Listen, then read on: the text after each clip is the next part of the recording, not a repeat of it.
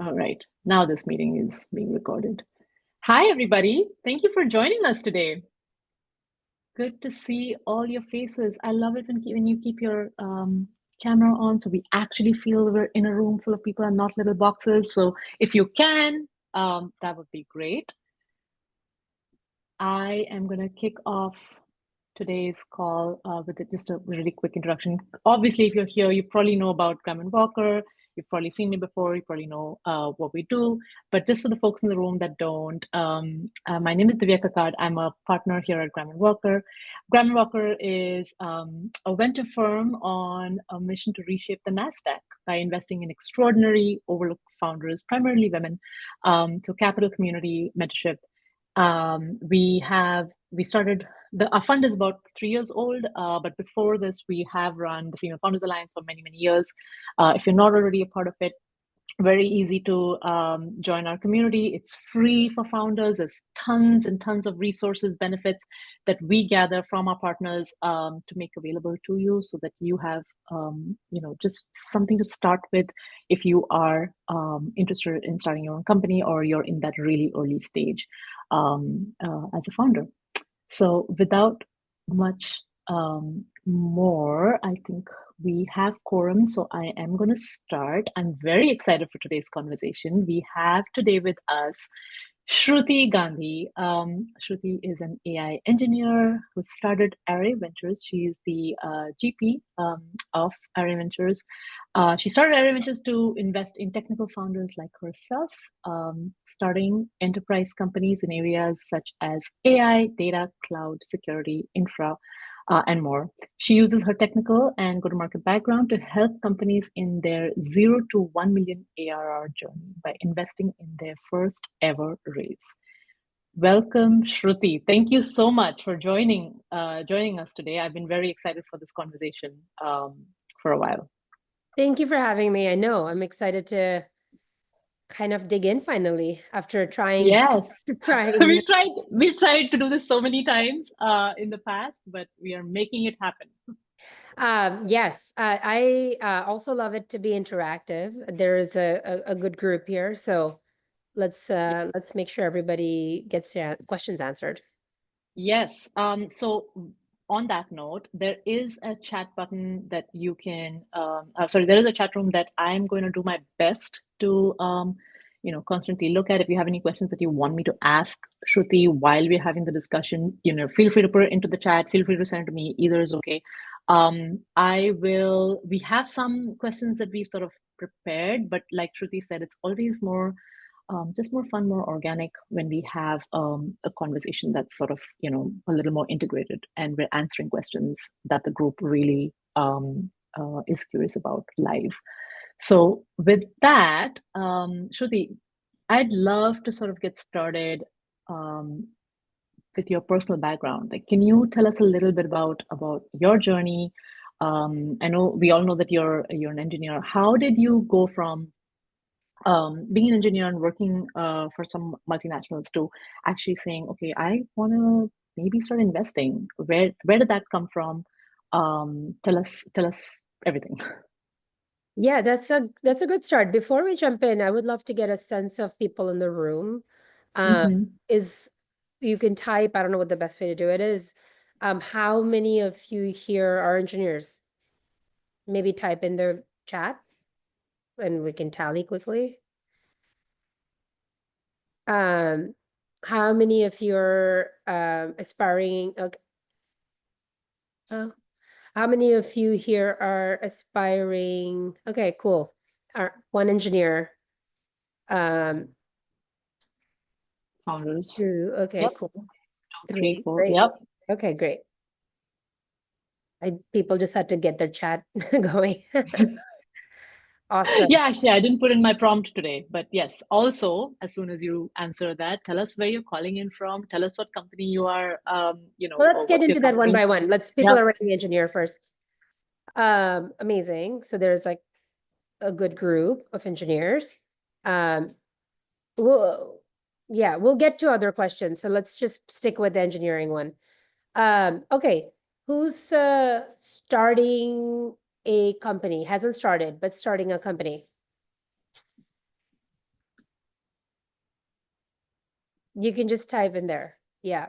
Okay, Tara, got it.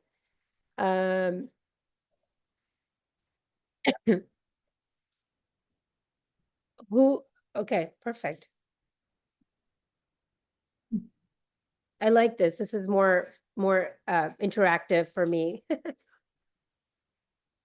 You know exactly who we're talking to. Exactly.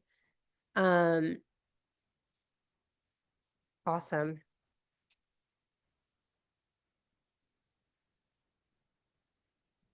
And then maybe we should save these answers, Divya, for like just reference later. Would love to see them after, if you can send me this.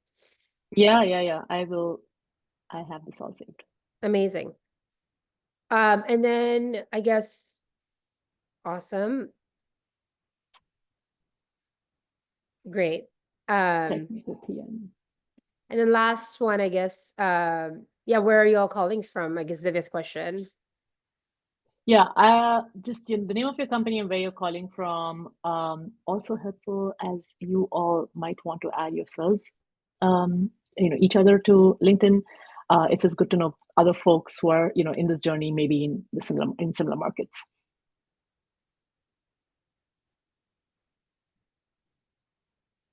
Okay, while we're hearing, oh wow, there's always such a diverse group. There's folks from Canada, folks from New York. Okay, great. I can start while that is happening. So, my quick background, well, I'm in the Bay Area right now. I've been here for about 12 years. Prior to this, I lived in Chicago, New York, in India. I'm an engineer. I was an engineer on the East Coast. I was engineer for 10 years, worked on early data AI products, and then started a company. And then now I've been a VC for another 12 years. So definitely 20 years of similar tech experiences, but all in the areas of data and AI. The fund is called Array, which is a reference to data structures. And so we invest in data-driven companies. We are also, I should have asked, we're also an enterprise investor, mostly B2B. If we make B2C exceptions, it's usually in like very AI forward companies. So that's another caveat I should have added here. If you want to add, if your company is an enterprise or a consumer company, you feel free to do that. My switch happened from being an engineer to starting a company to becoming a VC. And so I've kind of seen it all. And even within a VC journey, my first gig was at a corporate venture fund that helped start Samsung's investment arm, which is now called Samsung Next.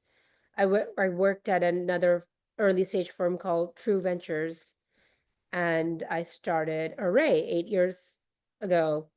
We're deploying our third fund and closing our fourth fund, and we've always focused on being the very first investor at the inception of a company in data and AI companies only. We do not do consumer companies. We do not invest in things that are not in that mandate, because that's my background. Yeah, Divya, is that helpful? I kind of just Tell us. So you said you were deploying Fund 3. What's your fund size and how many investments how much dry powder do you have currently? Because you're currently writing checks out of that fund, correct? We're what was the question? Sorry, the fund size is 75 million. And we have about 9 more investments to do from that fund. Okay, great. And you are close to you're raising for Fund 2 while you're doing all of this? I'm raising Fund 4. Fund 4, sorry. Yeah, we're closing Fund 4 soon. That is impressive. I don't know how you're doing that. We're like at the tail end of Fund 1, raising for Fund 2, and I know how it is such a different environment to be fundraising, and also very different for an emerging fund manager. But good on you. Congratulations. That is very, very, very inspiring.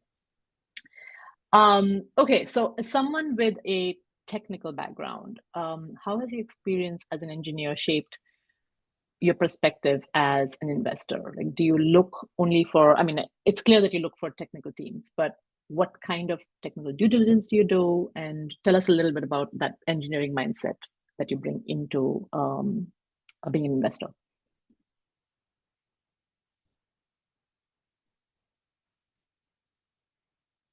Shruti, you are frozen for me. Can you guys see her, or can you guys see me? I see. Oh, there you're back. Oh, There you're back. sorry. For us, I was gonna say that. Can you hear me? Yes. Okay, great. We mostly invest on the way I describe this is there's companies that use AI in their products, and then there's companies that enable and build the core AI for the other companies to use them. So we invest in the second category, which is companies Which is that the application. no, the companies that are enabling AI companies to actually work. So Okay. we invest in core AI companies that are focus on unstructured data, security, cloud, middleware applications, picks and shovels of AI. We are rarely focused on application layer. If we do those deals, they're very, very, very rare.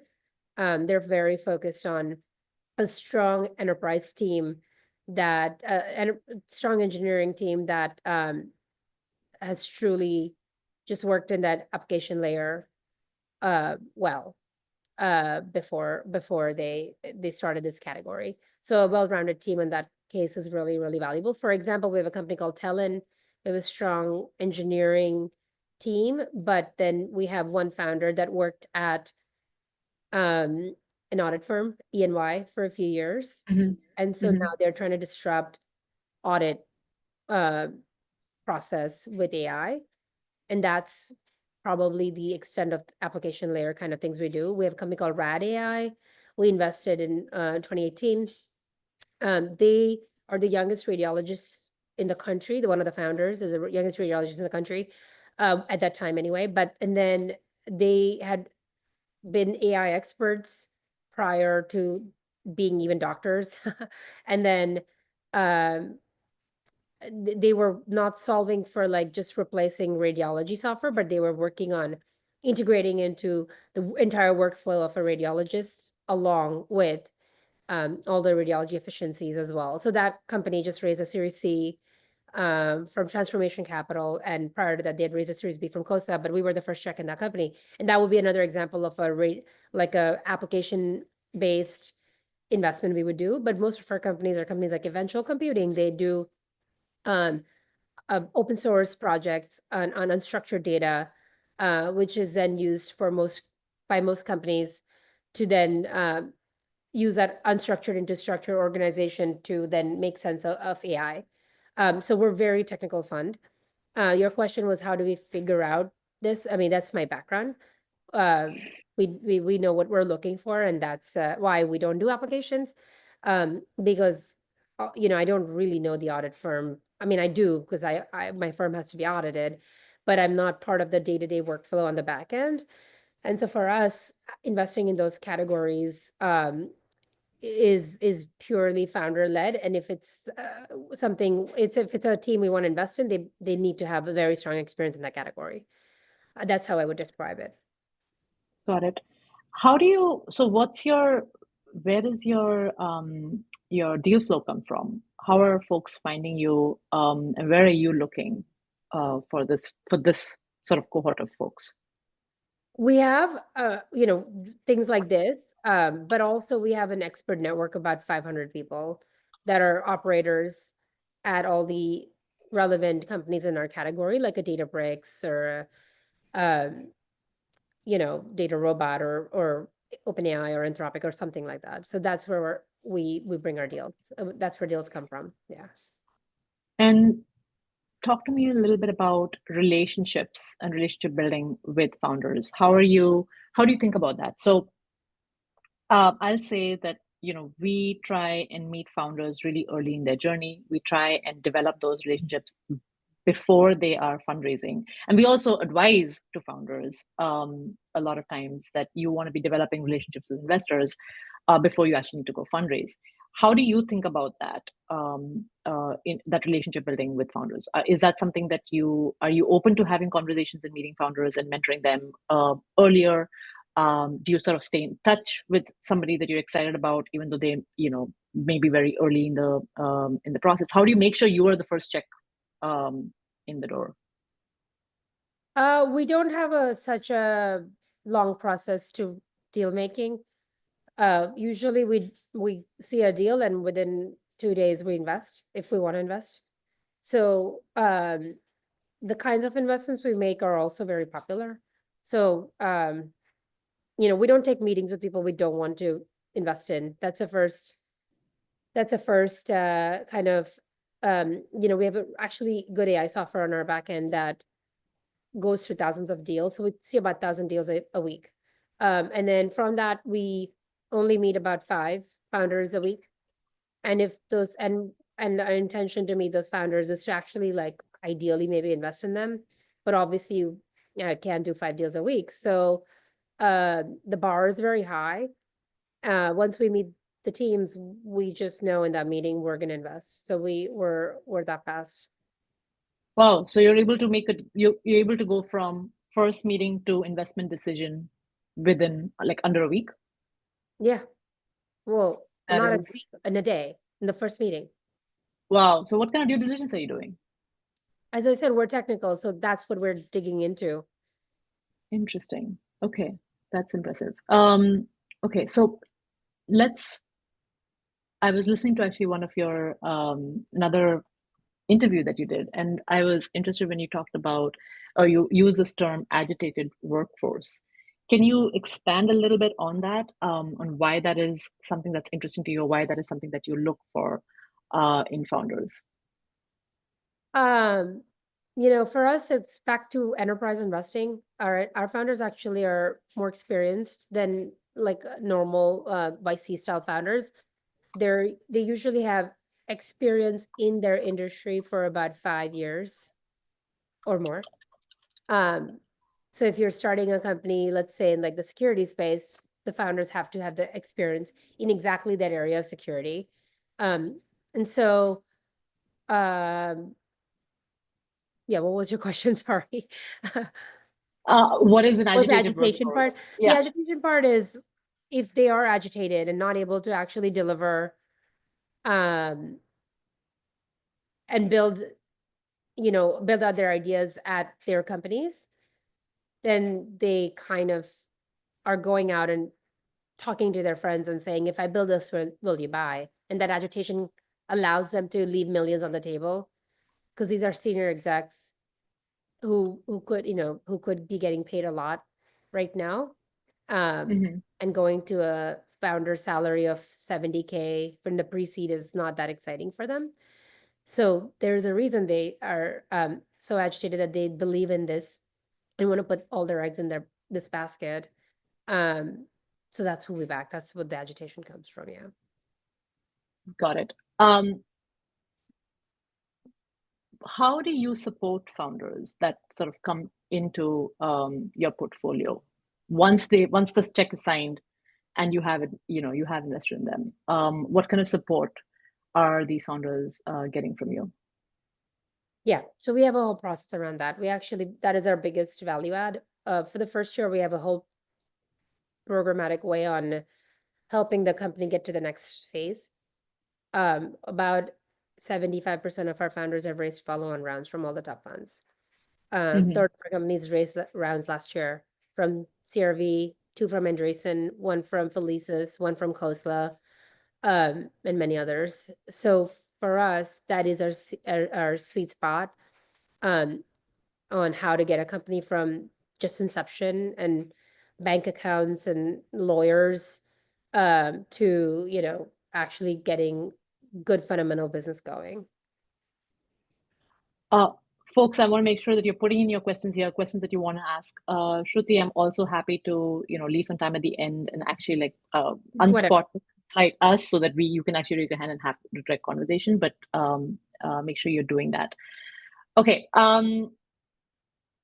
Let's talk a little bit about advice for founders, what do you think founders should be thinking about, especially like a group like this that are really early in their journey? What are some common mistakes you are seeing them make when they're pitching VCs? Find the right VC for your business. Everybody has a thing, like, we're expected to be different. The Graham Walker focus is different than Array, and so is Kleiner Perkins, whatever, right? So everybody is different. Don't try to convince people of your idea. Just find the right investor for your idea. Do you respond to cold emails, cold pitches in your inbox? We've done a lot of cold deals, but they have to be a fit for Array. And then how do you sort of think about folks that are sending you like their full deck versus like a preview? Is that something is this what your AI is going through, or is this something that you're actually going through? No, we're going through that. We like decks, so send a deck. I mean, the more like the first email needs to be very clear. What are you doing? What stage you're at? Because I care about stage. I care about what you do. And why are you going to be different? Obviously team is most important thing, but I'm looking for that in the deck.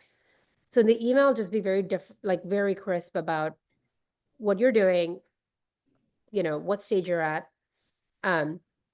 meaning how much you've raised or not raised, how much are you raising, and don't be cagey about it, like either it works for me or it doesn't. And the more friction and add a deck, because I want to, like, the big thing we're investing in is teams. And if you don't add a deck, then it's just like, okay, do I care about this enough to like ask for a deck? Which is very frustrating for most VCs, right? Like you're adding another layer of hurdle with all the crazy inbox. I get, if I'm looking at 1,000 deals a week, imagine my inbox. So you better hope that I find your email at the right time, open it. And we try to be very thorough about that. As I said, we have some tools around this, but there's always room for error on these things. So I would say, like, just be very crisp about what you're looking for in your raise. You could also say we haven't decided on the amount, but we think it's going to be 2 million, 1 million, I don't know, right? And then here's a deck, and here's why we are different. Then the biggest thing I look for is when you are pitching any product to me, it could be, I don't know, like if you're talking about I'm not an investor in these categories, but like a feminine hygiene product. Well, one, I'm a user of it, but two, I have seen a lot of pitches from, like just not even one-on-one pitches, but like just at YC or like whatever. Just as I'm a woman.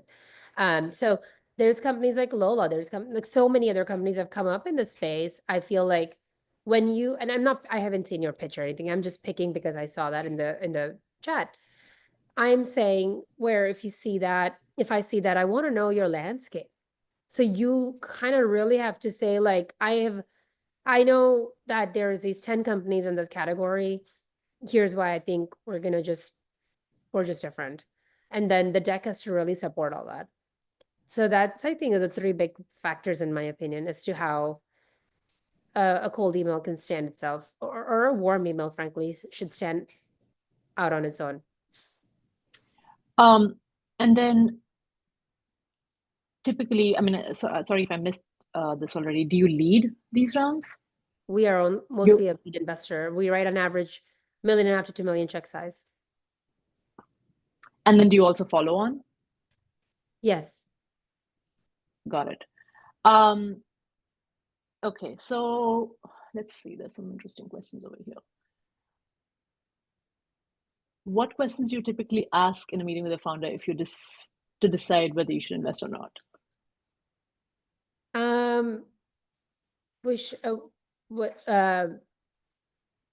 mean, we're just literally, there's nothing to ask. We're just going and looking at their code and talking about their tech stack. So it's,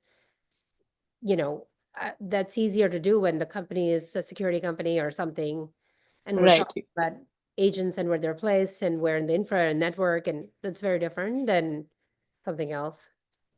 Got it. Okay, so let's actually just pivot a little bit and talk about current companies in your portfolio. Can you talk to us a little bit about maybe a company that you're very excited about recently? Yeah, why are you excited about them? How was, if there was a particular story that you can remember from a pitch that you ended up investing in, that would be interesting to hear. Yeah, look, we love investing in crowded categories, Hmm. except we like it when the founder has a very strong perspective on it. So one of our recent companies, a company called Happy Robot, we invested in them in about a year and a half ago. They pitched to me the next scale AI disruptive model. We've known that category really well. And we were always looking for something that was a disruptor to that category. Um, so we looked under the hood, saw how they, technically differentiate themselves um, into building that kind of a product. And we ended up investing in that company. Most recently, a year and a half later, they just got funded by Andreessen for their Series A. So that's a typical example of uh, an investment that is more on the infra, back end side, AI enabler versus an AI user kind of a company. So we invest in AI enabler companies, and that was like a classic tech needed along the AI stack of enabling AI to the world. Um, Founders had a background. So I think one of the questions from PLE is like, what do you look for in a team? In that Hmm. example, the founders had dropped out of their PhD in AI in this category. One of the founders was a computer vision expert. Another one was his TA at the same university, and the third one was his brother. So three amazing, really strong technical founders in this category. And and then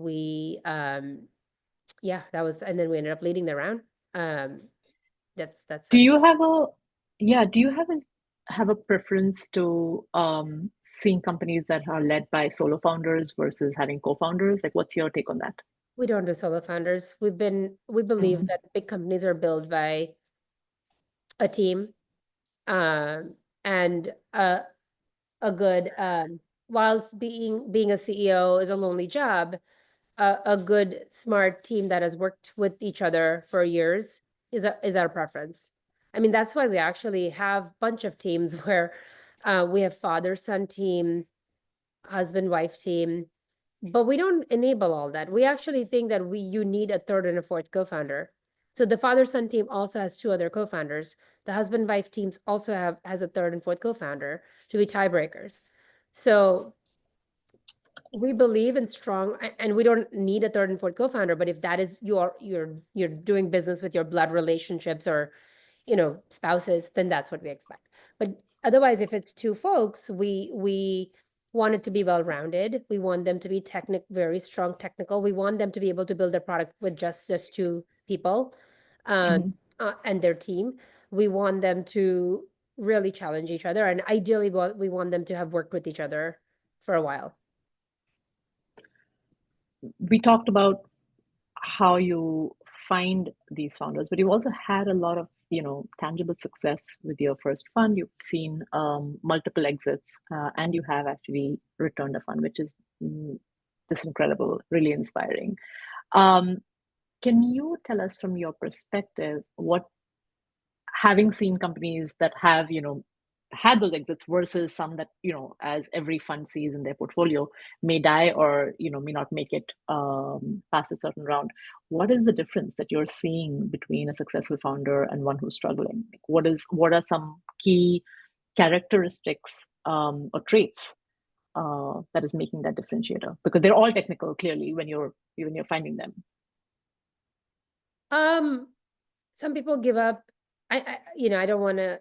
I think this kind of can take into two no me like once you have raised money, some people Hmm. don't dream big enough. Mm. They just don't know what IPO looks like. And so we find that to be a hard skill to hone in on. Because everybody, when you ask someone how, do you want to become big? Nobody says, no, yeah, no, I don't want to be big. Um, and it's a challenge because most people don't understand 1 million, 10 million, 100 million, or a billion revenue. Um, and look, some people don't know how to get to those numbers in day one, but they are building something, or at least they're being super lean until they figure out like, oh, they think bottom up. Like, I'm gonna get 10 customers. I'm gonna spend basically $0. I mean, most of the founders we back, like, are coming from a place of like, we're so scrappy. I don't want to use the money I have raised. And I'm just gonna survive on that and build as much as I can, and accelerate the company. We are not at all in that kind of a luxury, but I did that when I started my fund. I didn't take money, even though, that's not how funds work. You have to take the money. But we didn't. And, you know, it's the same thing. I mean, I started a fund. It's not that different than starting a company. And the early days were not so different. And I think those are the people, the scrappy hustler, fast delivery folks might go milestone oriented. People are, I think, different than people who just think that their biggest goal in life is to raise a Series A. And then they give up. They just don't know what to do. I've seen companies fumble after they raise a large Series A and then think like their Series A board member is God, because it's like from a bigger fund, like an Andreessen or something, and then act like what they say is true. But those VCs are investing in the founders thinking, you should tell me what to do to build this company and take it to $1 billion in revenue. I'm not talking valuation. And I Yeah. think most founders fumble. So that's the biggest challenge we see. Right. So sort of losing center from building for your customer versus building for your investor, or like forgetting who your customer is Yeah. after a point. Yeah, we see that. That resonates. Um, I guess as from like from advice, from a perspective of advice to founders, what is your advice to them on how they should be thinking about dreaming big, and and conveying that through their pitch? Because again, our audience here is mostly women. A lot of female founders struggle with that a little bit, I feel. Is I often I have found that they have a really solid business, but and they can talk bigger about it, and they can actually make it, but they don't. So what? And then there's the other part, which is, what does success look like for you? Is it not exciting if a founder is open to a large exit, or do you really want them to be talking about being excited about an IPO from an investor perspective? Like, because a lot of times, like, exit can be it is success for them as a founder. It may not be as exciting from an investor perspective. Yeah, we don't do those deals. Um, it's just not possible for us to. We only do 30 deals in 3 years, basically 10 a year. And we just don't think we're excited about um, founders who are not conveying and doing the math on how to become big. They don't have to talk IPO day one. Frankly, they don't. But they have to talk about like the fundamentals of a business, and growth and follow on rounds and trajectory and things as such.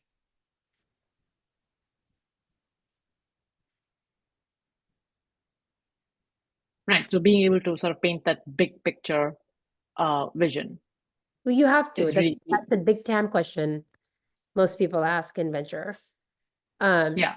if you really just want to build a big company, you just have to talk that way. You know, otherwise in enterprise, it becomes a feature versus a product conversation. Yeah. Um, Let's talk a little bit about what's next for Array. Are there any new directions or exciting areas of focus for you in the horizon, or like, yeah, what are you excited about in this year? Yeah, well, one, we're hiring. Uh, so super technical people is our first preference. People, super technical people who have networks at an newer enterprise company, and know the enterprise landscape, ideally. Um, or a COO, but someone who's worked at a good startup for a few years, or a VC at a few years. Uh, um, so those are the two big roles for us. Mm-hmm. It's expanding the team quite a bit. Last year we added a analyst and a CFO. Um, we added a CFO the year before that, but yeah, but it's been uh, you know, 9 years in making a lot of this stuff. So it's been me and then AI tools. Um, and so I'm excited to kind of build out a slightly smaller team. I don't want to add too many people. Um, Focus doesn't change. First check in data AI companies. We can write anywhere up to 2 million in the initial rounds, starting from 500K to 2 million. We've even done as little as 250K, depending on the round size and such. So we don't shy away from um, the rounds that may not make sense initially. We like leading, we like co-leading, we like following. All of that works. Um, and I just think that we're looking for like just amazing badass folks who think we're at the early days of AI and they want to advance where AI goes on all fronts. Um, so that's where most of our founder community looks like. We have about 110 founders in our community now, which means 55 active companies. Um, yeah, so that's So that's your portfolio is 55 active companies right now. yeah, Very cool. yeah. And you invest across just US based companies, or are you also investing startups that are outside of the US? Yeah, we can invest anywhere in the Okay, world. They have to be Delaware Corp and focused on a global business. got it. Okay, there's a question here that I have in the chat that's a direct question to me. It says, how do you know if you are a 0 to 1 or 1 to 100 business? Is it just based on growth rate of revenue? What about non-paid users?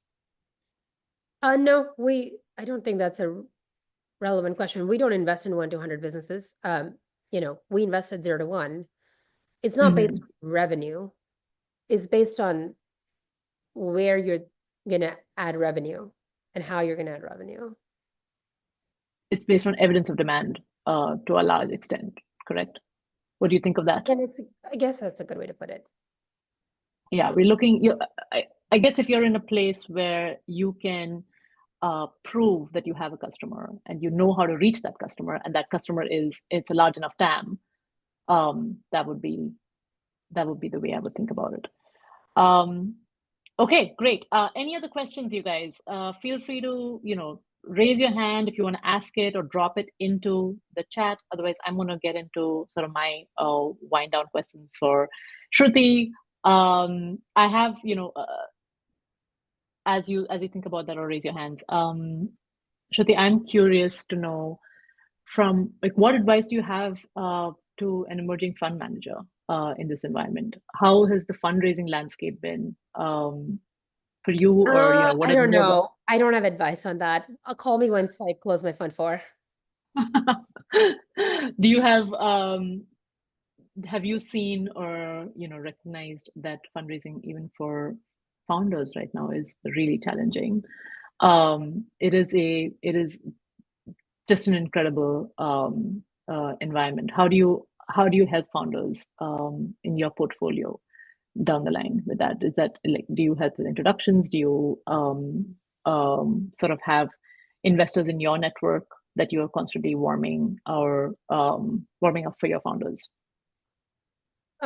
Look, our founders are building fundamentally relevant businesses for the enterprise. We have a whole process on the first year on how they become a real business.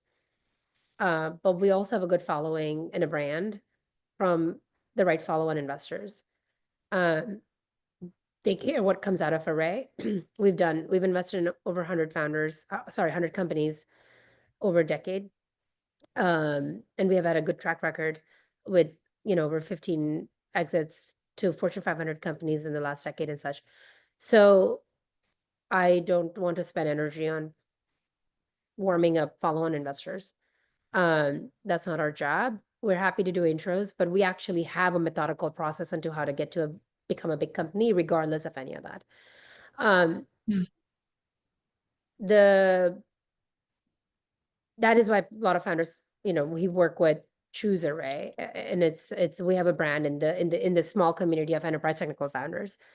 Um, I think this question, do you have advice for technical founders on finding the right balance on how to find? Yeah, that's a excellent question. That's like basically the 0 to 1 of how to start a company. Um, and I would say that most founders do it incorrectly. Mm. You just have to go out and talk to as many customers as possible. And when I say as many, I mean hundreds. Most founders think like they'll do that after they raise money, but that's a mistake they're making. Because that's when they don't encounter all the objections of why someone would not buy your product, which is the first signal you need. That's basically the signals you're going to get when you do start your company, right? And you rather have those objections before to have an answer for those before. Because see, the thing is, founders, like including me, we're all crazy. We're passionate. We just believe in something. And then that's not enough. After that, you have to go do your homework on the landscape, because your customer is evaluating you against like everything else that they can buy. So when you go talk to hundreds of customers, depending on your consumer or enterprise kind of company, I would say like the bar is 50 to 100 people. If it's enterprise, I would say 50 is maybe bearable. If it's consumer, go talk to 300 people, right? Like I think that's the range. Um, and if your customer is like, I don't know. Oh, well, no, first of all, of that, at least 20 people will be your friends, I bet. Um, Mm. and they're not going to lie to you. I mean, oh, sorry, they're not going to be mean to you. So they're going to say, yeah, I'm going to use it. Yeah, whatever. And then they're going to evade it. Because they are still your friend. They still want to hang out with you. They're not tied to your product. They're tied to you. And so most important thing to do at that time is to say like, look, my feelings are not going to be hurt. I haven't even quit my job. Just tell me if this is right or not, or would you even buy this? You're my ideal buyer. And by the way, would you pay? How much would you pay? That honest conversation and not putting pressure on these people. Say, I haven't quit my job. What do you think? I think it's kind of like takes away the armor for people and give you honest feedback on, look, I have these people pitching me this every month, and I don't think our CIO is going to buy this because we think so and so company can just replace or add a product or so. And that's a conversation you want to have. Those 100 conversations, you want to have those kinds of conversations. And it takes a while. But Mhm. people want to skip that step. And that's a setup for failure. There's a question here from Eve on like what's important for technical founders to become great CEOs. Yeah. Just focus on how to sell. Technical founders also have to want to sell. Most people, the problem with most technical founders is you say this is not working, they go, I'm going to add another product. Uh, Mm. and it's a disaster for, again, it's a setup for a failure again, because they just don't want to go ask people on for money or get feedback. They just think that I think I know what you want, and I'm going to just build it. And I think you're going to one day then see this and go like, aha, where do I sign? That is only in a movie. You see, the thing is, in my mind, every time I succeed, I'm expecting like this movie where I walk into a room and everyone's clapping. That has never happened in my life. There's never in my life someone, I mean, I like do a cool pitch and I walk out and everyone's like, yes.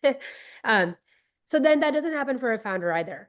There is no product you're going to build where everyone's like, this is exactly what I was looking for. What people say is like, I wish you asked me, like I would have told you, like our workflow is this way, our 5 users use it this way, our PM uses it this way, like, and you're like, oh, I spent 6 months on this and now I have to redo this. So Yeah. talk to your customers. That's the biggest advice out there. Don't build in the dark. Yeah, I think like the obsession or your like don't be married to your product. A lot of times I think builders they really romanticize and are obsessed with their product, which if you are obsessed with your customer is probably a better use of your time because you're then learning to build a better product, but you're listening, right? You're constantly reiterating, constantly getting that feedback loop. I'm going to say something very controversial, but there is no company without a customer. You're just a project. Yep, absolutely. Okay. Wait, is there another question? Selling was the first word that came out to my mind. Yes, that's right, Tammy.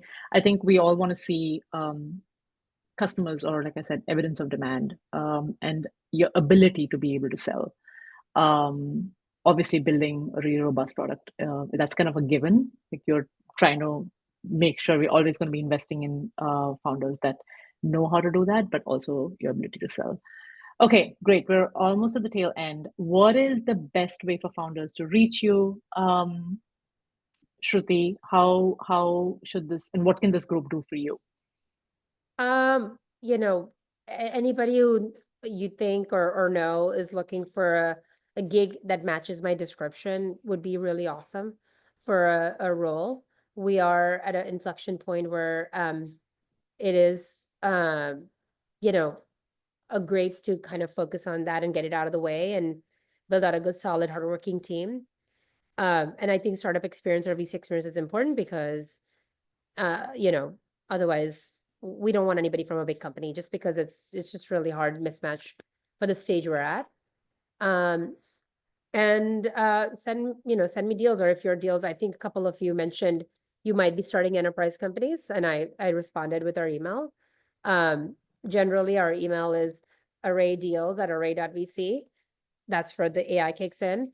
Um, we're not going to respond to you if it's not a fit for us. That's the first and foremost thing. And please include your deck, differentiation, things I mentioned. Um, I think we try to do a deal a month, basically. So we're always active. If you're raising 250 or you're raising 2 million, that's all in our sweet spot. I think that's it. I think for me, just find me on LinkedIn and Twitter. I'm pretty active and honest. The kind of conversation we just had right now, I'm also very transparent about it on LinkedIn about it, and Twitter. So just, yeah, follow me and yeah, feel free to engage there as well. Thank you so much. I will say that I find your directness very refreshing.